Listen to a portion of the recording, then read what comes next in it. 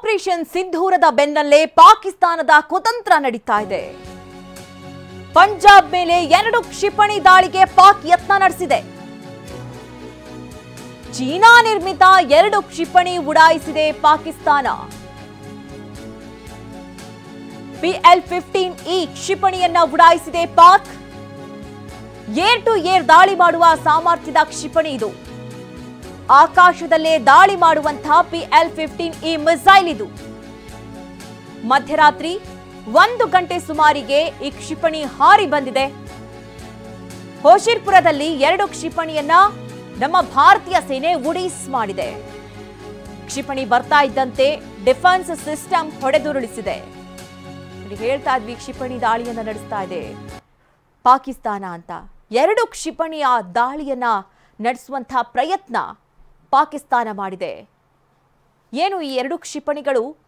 China ನಿರ್ಮಿತ ಕ್ಷಿಪಣಿಗಳು. ನೀವೇನು ದೃಶ್ಯಗಳನ್ನು ನೋಡ್ತಾ ಇದ್ದೀರಿ, ಕ್ಷಿಪಣಿಗಳು ಹಾರಿ ಬಂದಂತಹ ದೃಶ್ಯಗಳವು.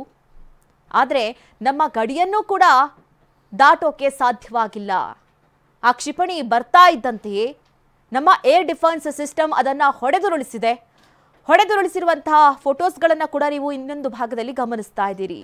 ಇದು PL-15E ಕ್ಷಿಪಣಿ, ಚೀನಾ ನಿರ್ಮಿತ ಕ್ಷಿಪಣಿ ಇದು. ಏರ್ ಟು ಏರ್ ದಾಳಿಯನ್ನ ನಡೆಸಬಲ್ಲಂತಹ ಸಾಮರ್ಥ್ಯ ಇರುವಂತಹ ಕ್ಷಿಪಣಿ ಇದು. ಆಕಾಶದಲ್ಲೇ ದಾಳಿ ಮಾಡುವಂತಹ ಕೆಪಾಸಿಟಿಯನ್ನ ಹೊಂದಿದೆ. ಮಧ್ಯರಾತ್ರಿ 1 ಗಂಟೆ ಸುಮಾರಿಗೆ ಈ ಕ್ಷಿಪಣಿ ಹಾರಿ ಬಂದಿದೆ.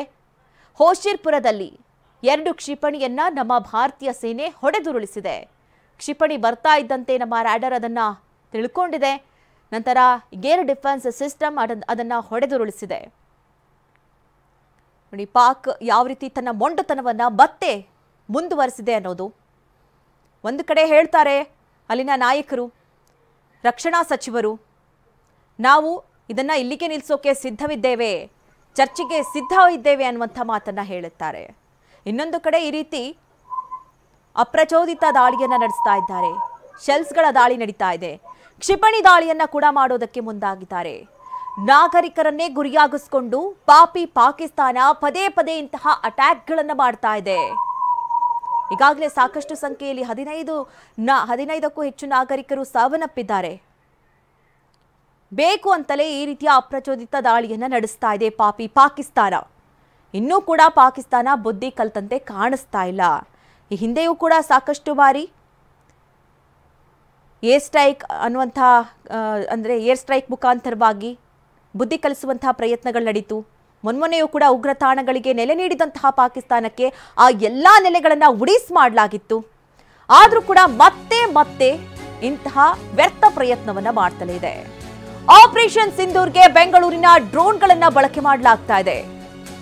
ಬೆಂಗಳೂರಿನಲ್ಲಿ ತಯಾರಾದಂತಹ ಆತ್ಮಾಹುತಿ ಡ್ರೋನ್ಗಳನ್ನ ಬಳಕೆ ಮಾಡಲಾಗ್ತಾ ಇದೆ.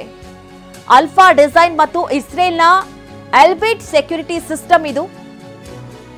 2 ಸಂಸ್ಥೆ ಜಂಟಿಯಾಗಿ ತಯಾರಿಸಿರುವಂತಹ ಡ್ರೋನ್ ಸ್ಕೈ ಸ್ಟ್ರಕ್ಚರ್ ಹೆಸರಿನಲ್ಲಿರುವಂತಹ ಆತ್ಮಾಹುತಿ ಡ್ರೋನ್ ತಯಾರಿ. 10 kg ಸಾಮರ್ಥ್ಯದ ಕ್ಷಿಪಣಿಗಳನ್ನ ಹೊತ್ತೊಯ್ಯುವಂತಹ ಸಾಮರ್ಥ್ಯವನ್ನ ಇದು ಹೊಂದಿದೆ. ಸುಮಾರು 100 ಕಿಲೋಮೀಟರ್ ರೇಂಜ್ನಲ್ಲಿ ಕಾರ್ಯಾಚರಣೆಯನ್ನ ನಡೆಸಬಲ್ಲಂತಹ ಡ್ರೋನ್ ಇದು. ಕಡಿಮೆ ಎತ್ತರದಲ್ಲಿ ರಹಸ್ಯ ಕಾರ್ಯಾಚರಣೆಯನ್ನ ನಡೆಸಬಲ್ಲಂತಹ ಸಾಮರ್ಥ್ಯವನ್ನ ಹೊಂದಿದೆ. ನೋಡಿ, ಡ್ರೋನ್ಗಳನ್ನ ಬಳಕೆ ಮಾಡಲಾಗುತ್ತೆ. ಅದು ಕೂಡ ಇದು ಬೆಂಗಳೂರಿನಲ್ಲಿ ತಯಾರಾದಂತಹ ಡ್ರೋನ್ಗಳನ್ನ ಬಳಕೆ ಮಾಡೋದಕ್ಕೆ ನಿರ್ಧಾರವನ್ನ ಮಾಡಲಾಗಿದೆ. ಅಂದ್ರೆ ಈ ಡ್ರೋನ್ಗಳು ಹೇಗೆ ಅಂದ್ರೆ ಆತ್ಮಾಹುತಿ ಡ್ರೋನ್ಗಳು.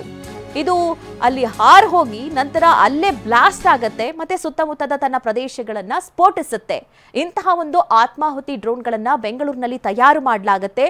ಅಲ್ಫಾ ಡಿಸೈನ್ ಮತ್ತೆ ಇಸ್ರೇಲ್ನ ಎಲ್ಬಿಟ್ ಸೆಕ್ಯೂರಿಟಿ ಸಿಸ್ಟಮ್ 2 ಸಂಸ್ಥೆ ಜಂಟಿಯಾಗಿ ತಯಾರಿಸಿರುವಂತಹ ಡ್ರೋನ್ ಇದು. ಆತ್ಮಾಹುತಿ ಡ್ರೋನ್ಗಳನ್ನ ಬೆಂಗಳೂರಿನಲ್ಲೇ ತಯಾರು ಮಾಡಲಾಗುತ್ತೆ. 10 kg ಸಾಮರ್ಥ್ಯದ ಕ್ಷಿಪಣಿಗಳನ್ನ ಹೊತ್ತೊಯ್ಯುವಂತಹ ಸಾಮರ್ಥ್ಯ ಕೂಡ ಈ ಡ್ರೋನ್ಗಳಲ್ಲಿ ಇರುವಂತದ್ದು. ಸುಮಾರು 100 ಕಿಲೋಮೀಟರ್ ರೇಂಜ್ನಲ್ಲಿ ಇದು ಕಾರ್ಯಾಚರಣೆಯನ್ನ ನಡೆಸುತ್ತೆ. ಕಡಿಮೆ ಎತ್ತರದಲ್ಲೇ ರಹಸ್ಯ ಕಾರ್ಯಾಚರಣೆಯನ್ನ ನಡೆಸೋದಕ್ಕೆ ಇದು ತುಂಬಾನೇ ಸಹಾಯಕವಾಗಿದೆ. ಹೀಗಾಗಿ ನಮ್ಮ ಭಾರತೀಯ ಸೇನೆಗೆ ಒಂದು ದೊಡ್ಡ ಬೆಂಬಲ, ಒಂದು ದೊಡ್ಡ ಸಹಾಯಕ ಆಗಬಹುದು ಈ ಡ್ರೋನ್ ಅಂತಾನೆ ಹೇಳಬಹುದು. ಏಕೆಂದ್ರೆ ಈ ರೀತಿ ರಹಸ್ಯ ಕಾರ್ಯಾಚರಣೆ ನಡೆಯುವಂತಹ ಸಂದರ್ಭದಲ್ಲಿ ಇಂತಹ ಡ್ರೋನ್ಗಳನ್ನ ಸಾಕಷ್ಟು ಬಳಕೆ ಮಾಡಲಾಗುತ್ತೆ.